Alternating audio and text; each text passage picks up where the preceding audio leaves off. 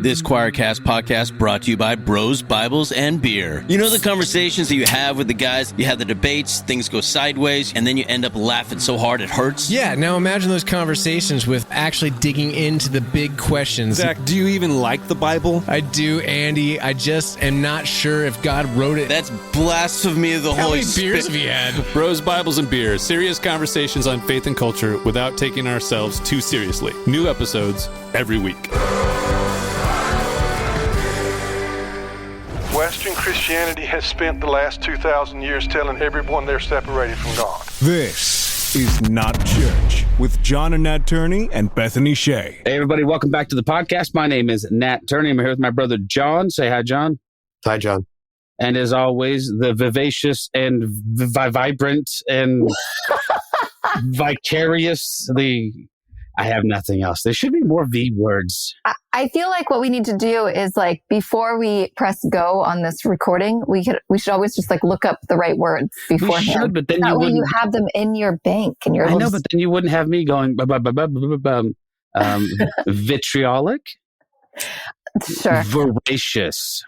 I'm going to stop with the V words because they're anyway. Bethany Shea, hi. Say hi to everybody, Bethany. Hey guys, good to see you as always. And it was so fun to have you in town for a little bit, Nat, because you came out to visit during Thanksgiving, and it was good to meet you actually in person. And I was like, she exists. She's an actual human. It was really fun. I was excited, and you were like, "Oh crap, he exists." He's hoping it was AI, but guess what? No, it was so good to meet your wife nice. And to get pizza together, and just it was nice to meet your husband and chat for a while. It was great. We had a good time. Yeah. I really enjoyed my visits to Northern California anyway.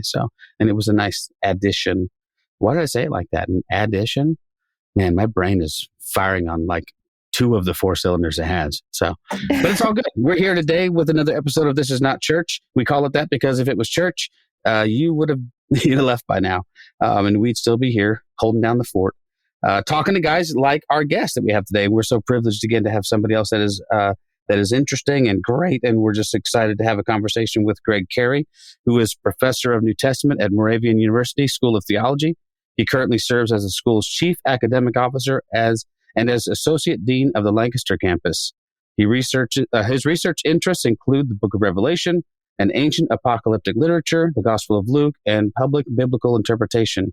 He is the author of numerous books, including Using Our Outside Voice, Public Biblical Interpretation, Stories Jesus Told, How to Read a Parable, Death, the End of History, and Beyond. And last one, Beyond, Eschatology in the Bible and Rereading Revelation, Theology, Ethics, and Resistance. And those all managed to kind of get mushed up into one title. So we'll make sure and break them out when we do our show notes. But without any further ado, welcome to the podcast. How are you, Greg? I'm good, Nat. Thank you very much. I'm impressed that you seem to bring new material to your colleagues. Well, you broke Bethany down. She hadn't heard that stuff. So. Well, yeah. I like to. It's his goal. It is. I like to. Well, and I like to teach new words. I'm not sure that Bethany had heard the term vivacious before, but. No, certainly that's not true. I feel very educated. Thank you. Do you? That's very nice of me, and also sort of condescending of me to say as well. I'm always glad to bring something new to the conversation. I bring a certain amount. That's right. But hey, again, we're glad to have you, Greg. If we typically like to start these conversations out just by kind of getting people to share a little bit about their spiritual journey, kind of give us your background, where you're at, and as much as you feel comfortable with, go for it. Didn't grow up in church, but I grew up in North Alabama, which is close. It's almost like church. Teachers would ask you where you went in public school. High school, Southern Baptist convert. And became very zealous. They told me to read my Bible, and I did, but they didn't like questions as much, depending on where you were. But I was happily in Southern Baptist life until things got kind of crazy, excluding women from ministry, making their subordination sort of an article of faith. And there was just no room in it. So anyway, I didn't intend to go into ministry or academics, but just kept following what was interesting. Went to seminary at the Southern Seminary in Louisville, Southern Baptist School. And while I was there, I the whole time I'm being exposed to new ideas, growing, changing some opinions and all that.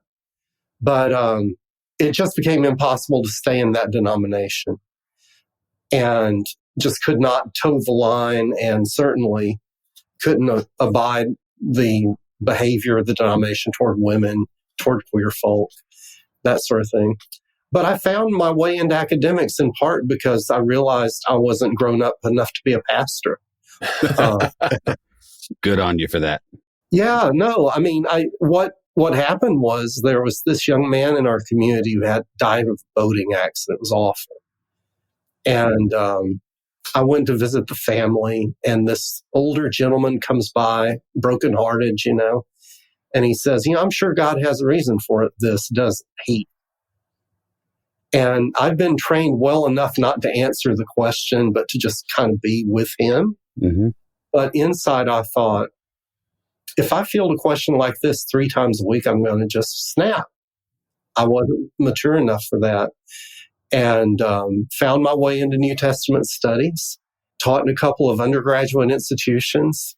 So my faith journey is just a gradual sort of progression into the progressive left-wing part of the church. But I still, like a Baptist, I still feel like I love Jesus, have that sort of warmth, pray like a Baptist still. So I'm kind of a mutt. You are in good company, by the way. Yeah, That is most of our stories as well. The one thing that growing up, I almost became a Baptist. I couldn't quite pull the trigger either. But I always, my father-in-law is Baptist. And I always appreciated the way that they approached the Bible and took it seriously. But then I was caught in the paradox of they read it and they took it seriously and then almost never wanted to live it out fully. Like, I don't understand why you take this book so seriously. And then, especially when you get into politics, you vote politically in a very antithetical way to, I think, that Jesus would take on these positions. So, and same as you, issues with how they treat women, how they treat queer folk.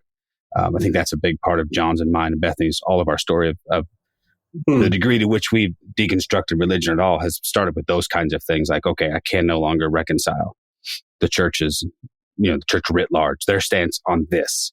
But like you, still fascinated by the Jesus story, still am compelled by the ethics of Jesus, if nothing else. I mean, I don't consider myself religious at all anymore, but I noticed the word ethic popping up in some of your titles. And that's something that we've talked about a bunch on this podcast is, the church has leaned so far into a sort of morality or moralizing and have given up sometimes utterly on even considering what an ethic of Jesus looks like. Does that make sense to you? I cannot figure out, and I don't blame fundamentalists for it because it goes back deeper, how so much of Christian moral imagination involves not much more than what happens when people have their clothes off together. Yeah. It's strange because it's certainly not the preoccupation of Jesus or the biblical writers. Yeah. But it seems to be. And then it's become, I think, a very convenient way for people who are cynical, to ignore issues like poverty and abuse. Yeah, exactly. Even, what's happening to our climate. Just those aren't theological issues to them.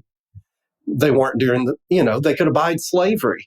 Sure. Make a moral case for that, right? Right. I mean, so I can't say I would have done better in that context, but when you meet people who are living this rich, authentic kind of faith that builds community, values different kind of people, and shows respect for just basic human dignity, practices love, we're all hypocrites to some degree, but sure, you can't stay in that box when you run into people you can't help but admire.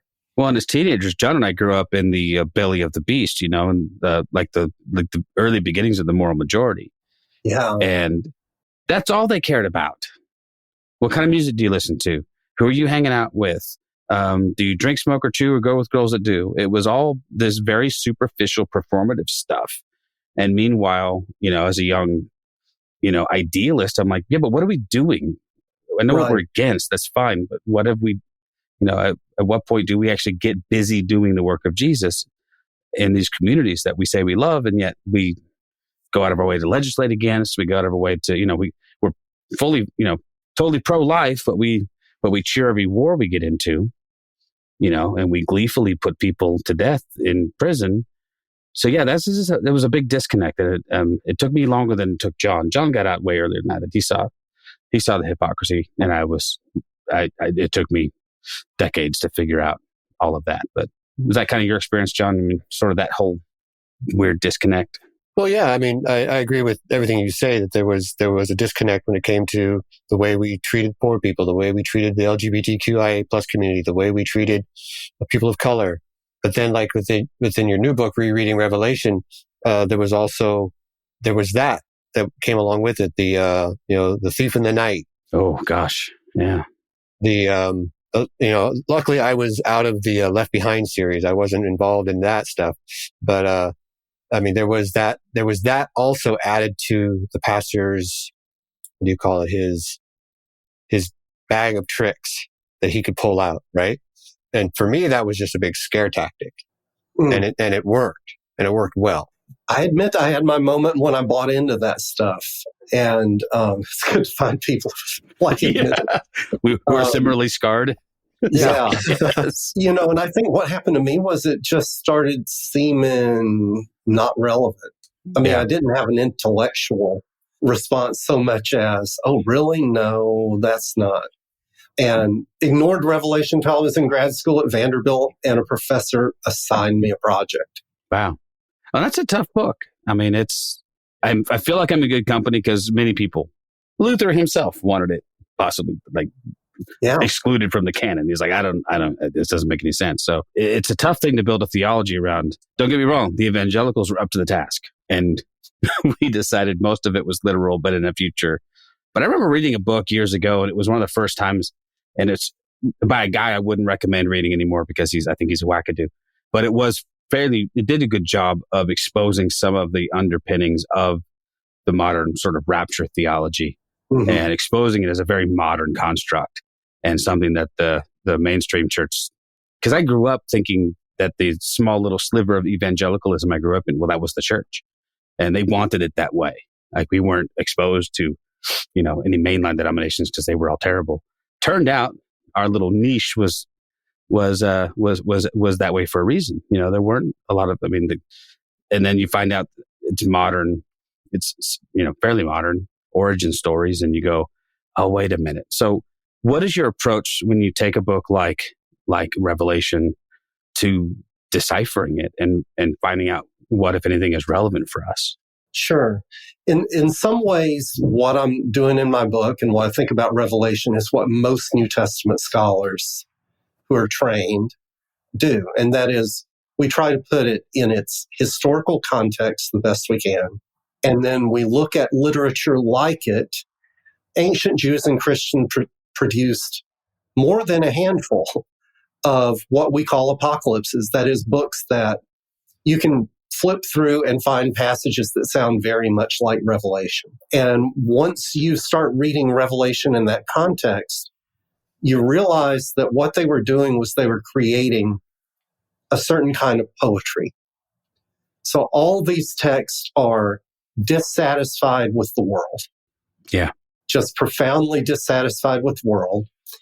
And they express it largely through, a story of a vision, right? But the vision has these bizarre symbols. That's the thing that I think you're saying, what do you do with it? It's these. Yeah.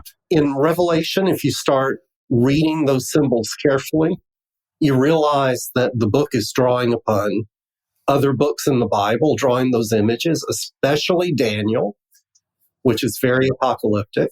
You start to realize that the images are bouncing off of one another. That is to say that, if I may give one example. Yeah, please do. The sort of core conflict in Revelation is between the Lamb, Jesus, and the beast, which would be Roman power, construed somehow. The Lamb and the beast both have multiple eyes and horns. They both have thrones they both have someone who sponsors them, God for the lamb, Satan for the beast. Their followers get marks on their bodies. They both make war. They both receive worship. And you begin to realize, oh, this is a way of saying something about a conflict between these two loyalties that you could have. That's what the worship is about. And let's look at the conflict and the contrast between the lamb and the beast. Now, that's not obvious. You wouldn't just pick Revelation up and go, oh, yeah, got it. Yeah, sure. But when you take the time to chart that out, you realize this is pretty thick literary activity. What always struck me was that, so I also grew up, I was born in the early 70s, well, 71, so the 70s. Hal Lindsey's Great Planet Earth was a big influence on my folks, on my early childhood, and then all those little terrifying chick tracts, that you would find laying around that just scarred me forever. But they always had, in fact, I remember sitting in a Christian bookstore 9 or 10 years old and flipping through a comic book that was basically like talking about the end times and Revelation, but making all these very anachronistic So for them, everything was for us now. So when John speaks of giant locusts, well, clearly those are helicopters. When he speaks of, these battles, it was obviously the beast is Russia, because we were living in the Cold War. And so everything was interpreted for what is happening today. No concern whatsoever for whatever context was. It wasn't until many, many years later, and I'm not sure if you know who Brian Zond is, but Brian Zond had written a book and had talked about this quite a bit, that for him, Revelation was about our relationship with empire. What we as the children of God, what we should or should not have to do with that thing over there that the beast represents, that being an empire of conquest and of violence, and this kingdom over here being one of forgiveness and love and acceptance. And beyond that, I don't know. I still haven't delved too much into it, but is that a fair assessment that that's like what you're saying is a general conflict between what the kingdom of God would look like and what, human empires, how they operate? Well, and in particular, the empire when John is writing. Right, which would be wrong, but right? I mean, the beast is a monster. It eats people. It slaughters them, eats, maybe not so much literally in Revelation, and the lamb is also a monarch. Yeah.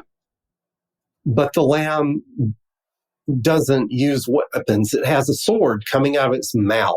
It's the truth is its weapon. And the question is it possible to be a follower of the lamb and also give loyalty to the beast? Mm. So I don't think you should take Revelation and just download it. Like whatever John said to them back then, that's what we need to think or do if we're Christians. That's not it. But are we willing to even ask the question? Like, for you mentioned a minute earlier, listening to rock and roll and going dancing would be considered disloyalty. But would anybody have asked if it was disloyalty to work for a company that polluted the streams? Mm. Or for a company that, I don't know, built for profit prisons? Oof. Surveillance equipment that was being used. We're talking about our childhood in Central America. Yeah, for sure. And aren't those loyalty questions? Yeah. Well, for many things like serving in the military was a very difficult. And there are certain branches of Christianity that they don't do that. That's right. For that exact, and I honestly, I respect that. I think it's not an easy choice, but they made that choice. Hell, even participating in political systems. I know there's some Anabaptists and there's others who like we don't do this. Like that's worldly kingdom stuff. We're not involved in worldly kingdom stuff. We deal with the kingdom of God stuff. So those are those weird two extremes for me. Those who are like, hey, we're not called to get involved in this stuff, to those who are like, man, we've got the 7 Mountain Mandate and we're going to go do our very best to influence politics, #Project 2025 and whatever other ways we can, insert Christian nationalism into everything. And like most things, I think somewhere in the middle I mean, I know we all have to walk our own paths, so we're all going to make whatever compromises we feel like we need to, but there was no question in that, I guess. It's just me rambling. Bethany's used to it. She's like, will you get to the point, sir? I'm like, I didn't have one. I just thought I would. But Bethany has questions. She always has the best questions. I don't really have a question as much as an observation when I was reading this book, your book that you wrote, this Rereading Revelation. You have this quote by a guy named Jamie Davies. This is how apocalyptic beast visions work. They concern the conflict between oppressive political powers and the kingdom of God. These depictions of military realities, as with all apocalyptic imagery, function not as a coded system of symbols that can be neatly unpacked into prose, but as transformative imagery. And I was just thinking about like how much, you write about all these different apocalyptic writings like Enoch and Ezra and Daniel, and how it's like it talks about how the world has always been. And so it's like Revelation, as much as we've tried to forward think and apply it to today and be like, this is, look, the locusts are helicopters or whatever it is. It had really important information to give to the people that it was written to at that time and place. And it could even be backwards, even looking. I mean, it's, Babylon is what's used in that, and Babylon was gone by the time this was written, but Babylon, Rome, Persia, I mean, like Nazi Germany. I mean, even today, in so many ways, like there are realities of, that it can inform how we see the world around us and who our allegiance is to, regardless of trying to like plug and play and making sense of all the imagery. And I was thinking specifically of, yesterday was the first Sunday of Advent, and Matthew 24 is an apocalyptic text as well. And I'm a pastor, so I preached on it. And just like in that apocalyptic text of Jesus saying 2 people will be in a field and 1 will be taken, 2 will be lying in bed and 1 will be taken. I just kept thinking, this is true now. Like 2 people are working in a field and 1 is taken. 2 people are going to the grocery store and 1 is taken. Like this is a reality of like not so much of rapture theology and being left behind and somehow going up to heaven and everything will be better for us Christians. But the reality is that ICE is literally taking people, 2 people next to each other, and they're being left behind. And that is, and like, what does it mean for us as people of God to like be people of love, where we actually hold on to those that are getting taken, and we are like, oh my God, right? Like being combative in that way, or confronting, I should say, as nonviolent resistors. How do we even walk this road together? I don't have a question, but lots of observations. I set you up and you let me down with no I know, sorry. Okay, so suppose, I mean, you see me trying to salt Revelation a little bit, but suppose we take seriously what you just said and we physically do what you just said as an individual.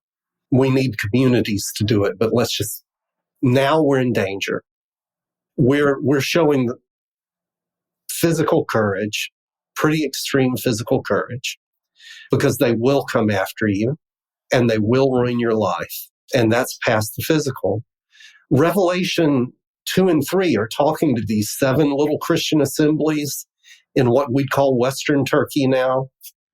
And it's telling them just that. That may be what it means. That's extreme. We don't have evidence of the Romans going around doing that at that time and place. We used to think that. We know better now. Yeah, exactly. But we also know that people had a lot to lose by not participating in that system. For sure. If you're a stonemason, it was a real profession back then, and they built monuments that always had a shrine and temples, and the stonemasons had a guild and they had meals and dedicated things to the stonemasons' God, whoever that was. And you say, I can't do those things because I follow Jesus. I don't want to participate in this. How are you going to survive? You just left your safe, secure community. And what Revelation says, the verse to me that's sort of the heart of it is, they conquered the beast through the blood of the Lamb and the word of their testimony, for they didn't love their lives even to the point of death. It's assessing the world as worth that level of courage. And my question is, when are those moments? That's a good question. You named one, didn't you? Yeah. You named that kind of moment. Well, it's strange because you read that Matthew 24 passage, and I've talked about that quite a bit over the years, but in modern rapture theology, the one that gets taken away, that was the good thing that happened. Yeah. You didn't want to be left behind. I don't think that was the intention of that verse at all. One got taken and the other was left to keep plowing the field. Jesus is speaking about, essentially woe to pregnant women, right? You don't want to be like none of this is going to spare you. Like you won't be spared any of this. And I don't know how or where you date, say, Revelation in relationship to what happened in 70 AD. But to me, that was always pointing towards, or either pointing towards prophetically or even prophetically explaining what happened in 70 AD when all of this, when the world fell apart for these people and everything they knew was gone. And I think Revelation is clearly looking back at 70. Yeah, I think like so. That. When it uses Babylon as a way of talking about Rome, that only happens in Jewish literature after 70. And it's naming Rome as being like the Babylon that destroyed Jerusalem in 539, right? 586 BCE. So that's some of that code language. And only then did Jews start using that language to talk about Rome. To me, that's an interesting idea. And to be able to take a book that might be looking backwards and still, because my notion anyway of prophecy would always be forward, like looking forward, rather than assessing something that happened and going, okay, but what was that event? How do we interpret that even prophetically looking backwards? And so to me, Revelation makes much more sense that way. I'm not a scholar. I'm not an academic, but I have read some of the scholars and academics, and that seems to be the prevailing thought, is that post 70 AD, that Revelation was not as old as we thought it was. But then we know that much of the Bible was written later than we were told in the beginning, right? Pretty sure Matthew didn't write Matthew and John didn't. So, which makes me a heretic in a lot of circles. But from an academic point of view, approaching this, what other piece? So I know we have apocalyptic examples in Scripture. Enoch being such an interesting part of that, since most of us weren't raised to read that book, even though Jesus quoted it. Go figure. But much, much later, most of us have looked at any apocryphal readings and went, "Oh, I wasn't raised with this in my Bible." But are there, outside of the biblical text, what about some extra biblical texts that are examples of this kind of apocalyptic literature? Sure. So you named Enoch, 4th Ezra, which shows up in a Christian apocrypha as a chunk of 2nd Esdras, 2nd and 3rd Baruch. Those last three, all written in around the time Revelation was, all locked in on what the Romans had done to Jerusalem. The Apocalypse of Abraham. It's not classically an apocalypse, but a Jewish book called Jubilees does a lot of the same work. And sort of classic, important early Christian examples. There's a book called The Shepherd of Hermas that shows up in some ancient manuscripts of the Bible. And the Ascension of Isaiah. Isaiah goes up into the sky, up through the 7 heavens, and encounters Jesus there. There's also an Apocalypse of Peter and an Apocalypse of Paul. And the Apocalypse of Peter is a classic source we get our idea of punishments in hell corresponding to particular sins here and now. So like liars might hang from their mouths, and thieves might hang from their hands, and adulterers might hang differently. Yeah. Differently. Wow. So word to the wise, don't be an adulterer. Oh, Yeah, really. It's going to be an uncomfortable future. Thieving doesn't sound so bad. Hanging from your hands, I could maybe live with, but that's really cool. What are there any of those kinds of examples, though, even like classical literature, like say like Homer, Aristotle, any of the Greek contemporaries who wrote in sort of thematically like that as well? That's a good question. So what you have in the Greco-Roman world is more oracles. Okay, gotcha. Where the divinity inhabits, possesses the prophet, and the prophet speaks. They speak through the prophet in a pretty direct way. Not exact. Now you do get traces of certain kinds of language, like the Roman propaganda used to love to proclaim how the world had been in disorder, and with the coming of Augustus, a new golden age had come. That sort of grand thing. The other culture to check out, and honestly, I should know more, is Persian. Yeah. Okay.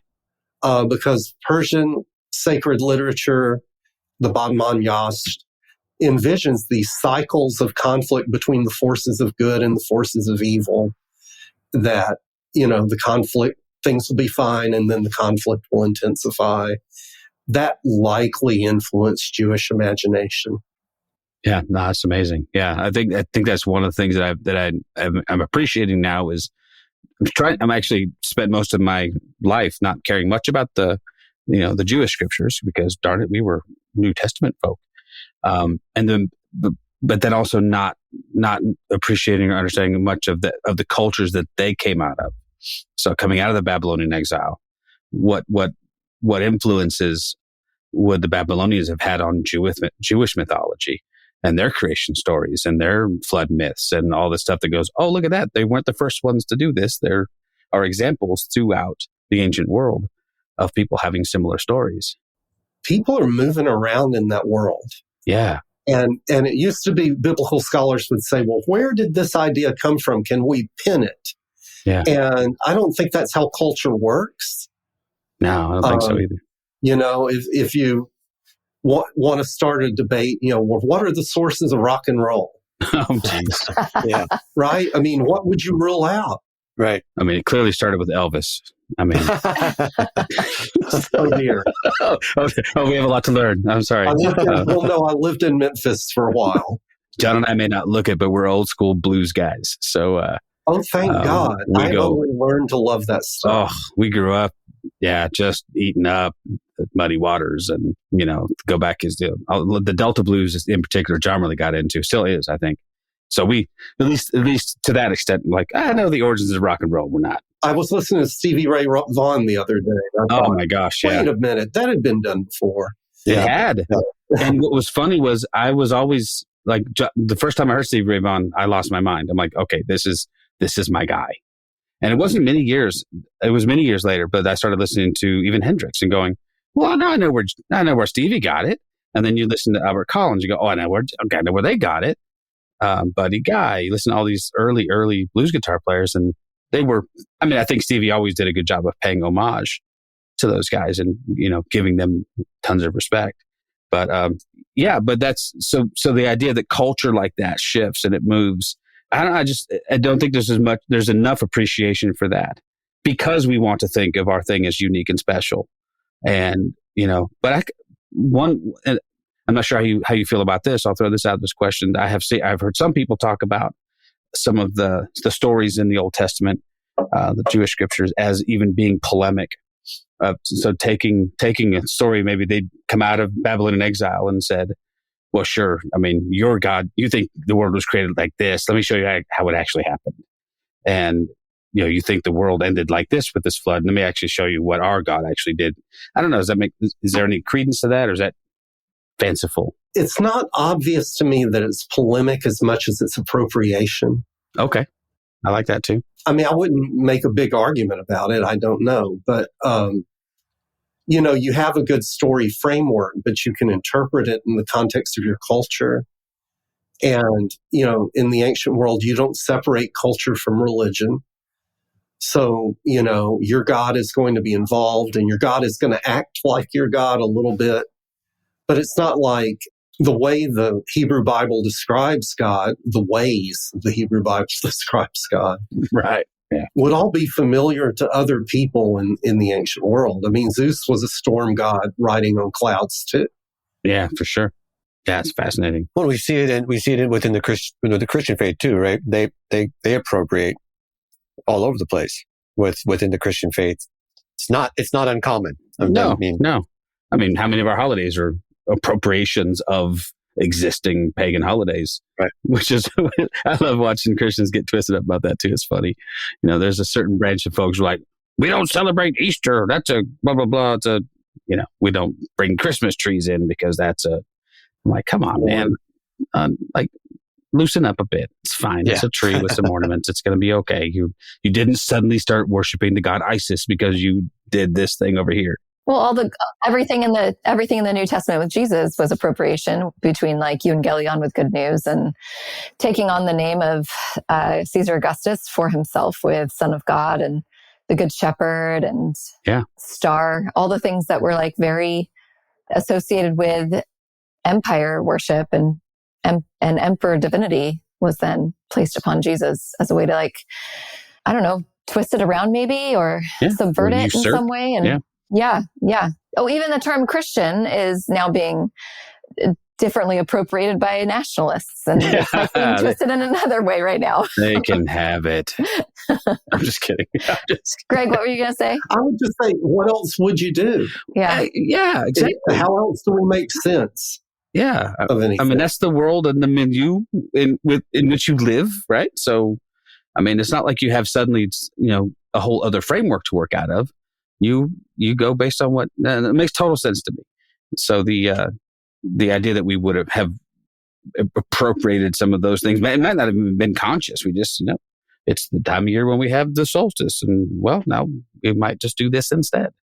Anyway, it's very, very cool. But the stuff in Revelation that gets me is, and maybe you have good answers for this, but so all of the imagery, how do we land in a place where it's all prophetic about some distant future? Do you think that Revelation was speaking to the then and there, or was there some maybe distant prophecy, or is it prophetic at all in that sense? So it calls itself a prophecy, but it says these things much soon take place, right? That is where I was headed. Okay, right? Sorry, I didn't mean to. No. It begins and ends by trying to remind the reader these are the things now happening soon, that it's primarily concerned, and it's written to those 7 assemblies, right? Right. In the way the story works, the risen Jesus speaks to each one of them individually about their circumstances. And so if you're that kind of Bible prophecy teacher and you say, oh, I'm reading Revelation literally, how does soon mean in 2027? Right. And why did we waste our time with these 7 assemblies? They could have just skipped it. Yeah. You're not reading literally. And so I think it's important to just place Revelation in that context. Now, at the same time, John has a vision that at some point in the future, God is going to overcome the empire and overcome evil. The dead are going to be raised. Forces of evil will be vanquished. There will be a beautiful existence. That all is future. Okay. But it's also not timelined. Yeah. And in chapter 22, there's this prayer, come soon. We want this to be soon. Yeah. Well, you find that throughout the Gospels and throughout the epistles that everyone thought this was an imminent event. That's Jesus preached about it. I mean, he said there are people standing here who will not taste death before they see the Son of Man coming in his glory. This generation. Paul expected this to happen, this idea of the second coming, or whatever you want to call it. Yeah, soon enough that people ought not to give themselves in marriage, and don't bother yourself. That's one of those things when we think about some of the themes of the Bible, and Paul's telling slaves to obey their masters. Oh, Paul's pro-slavery. No, Paul didn't think there was much time left. This was my take on it. Like, he didn't think it was worth it to get into this. Like, don't worry, it's not going to matter soon. Just keep doing what you're doing, and God's coming back imminently to make this all right. And so there is such an urgency about everything that seems to be happening like right away. But you're right. But we've done the same thing with Paul's epistles, and taken letters written to specific churches to address specific concerns and then universalize them to say See, Paul says this is always wrong. Women should always be silent in churches, which I've never once seen a church where a woman was silent. You're giving me too many rabbits to chase. I'm sorry. Okay, so let's start with rabbit number one. Yeah. The imminence of this event. No, I think that it's just widespread through the New Testament. Yeah, it seems like it. Have you ever been to a church, Bethany, where women didn't say a word? I have never been to a church that women didn't say a word, but I've been to many churches where women never said words from the front. Right. But that's not what it says. It says women be silent in the church. Oh. Yes. I think I'm going to start a church where when women walk in, they zip it. and then when they walk out, they can go back to talking. And I'm like, hey, you can get mad at me. It's not me. It's the Bible. Paul says. The Bible. I'm joking. Some people are fine going to those churches. Oh, yeah. You know what's really sad is I could probably do that and probably attract a following. It wouldn't be a mega church, but even some of these really, really, lunatic scumbag, they have congregations. They found a couple like-minded people who think then when they scream, God hates gay people. Of course, that's mostly that dude's family, isn't it? The Westboro. Yeah, I don't think they attract a lot of people. But anyway, there's enough guys there. That was one of the things that was frustrating for me as a pastor that was a left-leaning progressive is I'm standing here preaching what I think is really good news, that God loves everybody, that God is inclusive, and he's had a plan for all of this stuff, and he thinks you're beautiful like you are, and people would flock to the place where they're being told they're terrible and be like, yeah, I'm not sure. This sounds suspect over here to me. This sounds too good. Well, it is too good. The gospel is too good to be true news. So anyway, there's a lot to unpack in all of that. But you are, though, addressing something about our psychology or wiring that I co-pastored a church for about a year and a half that was made up of people who had fled fundamentalist churches. And they were trying to make sense of what was going on. So we would have visitors come to check it out. Like they're done with their fundamentalist church, but can I live with this one? And for some reason, the most common question that would get asked would be, do you believe in hell? Like there was a desire for us to believe in hell. And why that would be first, I cannot tell you. Yeah, but that's part of something in us. Well, I think it comes down to we want someplace that bad people go. We need it, and for right or for wrong, I'm doing what's right. I should be going to a better place than the people who are doing the quote unquote bad things. Well, I think also it's because we don't believe that the goodness of God is compelling enough. We have to have hell that prods us forward towards the goodness of God.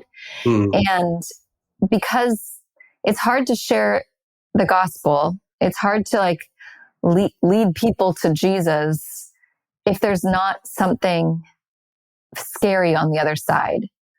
And so everything that we have in our world is binary. We have to have black and white, right and wrong, good and bad. And so there has to be a counterpart to heaven for us to make the gospel compelling for people. And that's just, God doesn't play those games. God is not interested in binaries. God's just like, can my love that overcomes sin and death and brokenness and separation and all those things, can that be enough for you? Or do you need to have hell in order to get there? Yeah, and I don't know. I never needed it. It was the easiest thing in the world for me to shed when I finally did. I was like, because I never really bought it in the first place. And once I found one or two reasonably articulated versions of, nope, don't need that, it was gone. I'm like, okay, I'm out. I don't need that. It fails. It fails. I don't care if it's, I think it fails the biblical test. I don't think it's biblical. Even if it didn't pass that test, it fails every other test. It cannot compete along or exist alongside what we perceive of as the goodness of God, the proportionality of God. I don't have an issue with there being some sort of punishment. I think consequences are that by and large. I don't think God inflicts them. I think we do a pretty good job of doing that on our own. But I cannot perceive of these these supposed eternal consequences for finite decisions made by finite people who are essentially children. Come on, in the grand scheme of things, we're a minute old, and God, in my defense, has not done an exceptional job of proving a lot of this to us. So we you know what I mean? Like you're supposed to take all this on faith. And by the way, if you don't do it, then here's all the concept. I'm like, so it just fails on those tests, on the love test, on the logic test, and so that for those reasons, it was easy to go. My heart was, I say this all the time, my heart understood things way before maybe my head caught up. And I was fine to lead with my heart in many of those and not preach a gospel that was scary and terrible. So, and I feel the same way. I'm not sure how where you stand on these issues, but it came the same way to me when we're dealing with LGBT issues. I'm like, I don't know what the biblical argument is for this. I do now, but at the point I didn't. And I'm like, but I don't care. Don't we change our minds in relationship? Yeah. Oh, I did. I was young and had not even thought about LGBT folk not being living sinful lives. I just assumed it. And a young woman I'd been working with for a while made an appointment to see me, which they don't do, and came out. And I didn't change my mind. What I knew was I've got to keep this girl safe. That's all. She's telling me the truth. So what do I do with what she's telling me? So much of what we try to do with our intellects is happening in the experiences and relationships we have, really. And 100%. Then we try to figure it out. No, but you're totally right. That those relationships change everything. They did for John, they did for me, and I'm sure they did for Bethany as well. Those walls of whatever dogmatic stuff we had, and those break down immediately in the face of an actual human being. And you go, okay, let's reassess. And then I really did dive into it and go, okay, well, what have I gotten wrong here? Because it just never feel right. And especially when you, like you said in the very beginning, we have seemed to focus so much of our attention on this one little sliver of life of what happens between two people, when their clothes come off, and all of a sudden everything else goes out the window, and we care more about that than we do about how we treat people and how we care for the marginalized and how we maybe treat the poor and those who are less fortunate. And it turns out, if you want to, you can be a really good Christian and just be a dick. You can, and this is the thing, you can be, quote, faithfully married, and be incredibly cruel in your intimate life. Absolutely. Like, to reduce morality to the sort of abstract principle and not to the relationships. Yeah, 100%. So, you could have a notion of sin, if you want to call it that applies to sexuality, and to be the ways people abuse and take advantage of and deceive themselves and one another, and create enormous harm with, behaviors that can also be incredibly joyful and fulfilling. I don't understand why we get locked in on the major thing that we're going to talk about are these narrow sexual gendered preoccupations. Yeah. Well, and gosh, and once you get into any of the trans issues, you're talking about a 1% of the population that you now is the focus of all your ire. So take a very, very small, already very marginalized group. And then, the fact that we don't see the scapegoating that happens is actually really sad. It tells me that on some level, obviously collectively, we just need that. We need that person or that group of people to blame so badly. And they seems to be the group du jour that is at the, taking the brunt of it, and need more pastors to stand up and say, and academics. But honestly, at the risk of blowing smoke, it is the academics and the scholars who have led the way on this, I think, because they've given guys like me language to say, oh, no, this isn't just me thinking. These are the people. And I think by and large, scholars agree on a lot of this. I know there's no, I know there's not one, what's the word, like cabal of academics out there that all do the same thing. I get it. But there is broad consensus on some of these issues, I think. And so it gives lay people like me the ability to go, have you read this though? Have you actually examined this issue from someplace outside of Lifeway Christian Bookstore that's only going to sell you, pop psychology and bullshit? So for that, John and I speak at the risk of speaking for all of us. That's why we're appreciative of guys like you who do devote your lives to studying this stuff, and giving us good answers. So, well, thank you. We all take little corners of it. Absolutely. I think that's the part, right? When you talk about academics, we're all nibbling on problems, and every once in a while there's a superstar who can pull some grand synthesis and change how we think about everything. But that's even rare these days. It seems to be, yeah. Yeah. So somebody's nibbling, on, wait a minute, the biblical language around sexuality, the language around gender, and wait a minute, somebody's working on. Now, what were the Greeks and Romans doing in that context that, let's say, Paul has in mind when he writes? And, these are happening, dozens of people working on similar problems, not agreeing all the way down. And then you have sort of, like I introduced when I mentioned my book on Revelation, it's a distinctive reading among scholars, but every other scholar would know what I'm talking about and why I'm saying the things I'm saying, because it's in this conversation that's been constructed over a long period of time. Well, your book, Rereading Revelation, was very accessible. I mean, it definitely is academic in a lot of ways, but I've been very intimidated by Revelation for a long time, and I've never preached through it. I've always been really afraid on how to even open that conversation. And I feel like this gave me like a blueprint in some ways or at least a pathway forward where I don't need to be as intimidated, because you made it very relevant for today, especially with like connecting it to our current, the current powers that are in control in many ways. And what does it mean to be loyal to Christ in the midst of those places? And I think it's an important time to read this sort of a book. So thank you for putting that out for us. If you could leave people that are listening to us right now with something that you think is important for them to know about Revelation, like if they were going to open it up for the first time ever, or read it for the first time beyond the Left Behind series, what kinds of encouragement would you give, or what would you like to let them know about? Sure.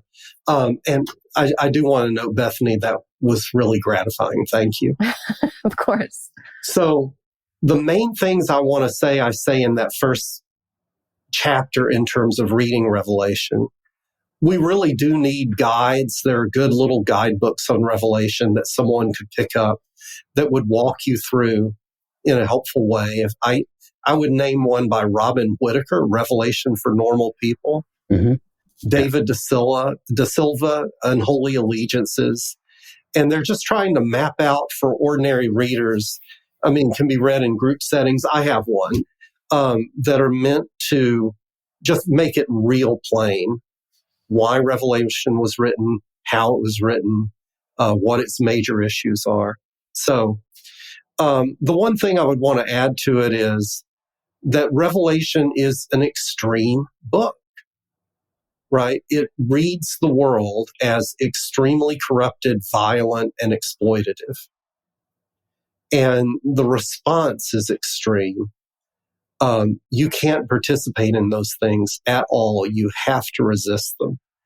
So Revelation is a necessary book for Christians because there's no other book in the Bible that puts that right in front of you. When are those moments where what you're seeing are, I would say beastly, monstrous, cannot be compromised with? You have to be willing to either withdraw or put yourself in between. And that's Revelation's distinct witness, as I see it, for what readers should consider as we look at the world we're living in now. Wow. And when you put it that way, it seems even more prescient that, like, okay, because I really feel like we're reaching as a country, as people of faith, to whatever degree we are. I think we're reaching a point of no return. Like we're getting pretty close, in my mind, to seeing stuff on the streets that in my lifetime I never thought I'd see. And the silence from the majority of Christians is deafening. May I, in Revelation 13, because I know Bethany was starting to bring it home. Okay, good. There's this line that the beast speaks arrogant and blasphemous words, and the world responds, "Who is like the beast, and who can fight against him?" I know what the answer should be. I know what I pray the answer will be. I'm waiting for the witness of the church to take its place again, because I feel like they've abdicated a lot of this, and in whatever there is for a need for a seat at the table, have decided that it's worth it to get in bed with the beast and say, but you give me hope. I appreciate that. I will take every little glimmer, every little shred of it I can find at this point in time, and may that be the clarion call for those of us who still consider ourselves followers of Jesus to some extent, to go, okay, who will fight against him? What are we willing to risk to put ourselves between our neighbors and the beast of empire? So that's awesome, man. I tell you what, could talk to you for a long, long time. Thank you so much, Greg, for the book, and thank you for spending some time with us and hanging out. It's been, shall I say it, revelatory? Okay, that was bad. I did. I should often think before I speak, but no, it has been really good, man. I appreciate it so much. Thank you. It's been a pleasure, y'all. Thank you for listening to This Is Not Church. Be sure to rate and review the podcast on your platform of choice. If you would like to partner with us, visit patreon.com/thisisnotchurch, where you will receive exclusive content such as early access to episodes, videos of upcoming episodes, and live Q&A sessions. Be sure to check out our Facebook group or follow us on Twitter and Instagram. All the links are in the show notes. We'll be back soon with another episode.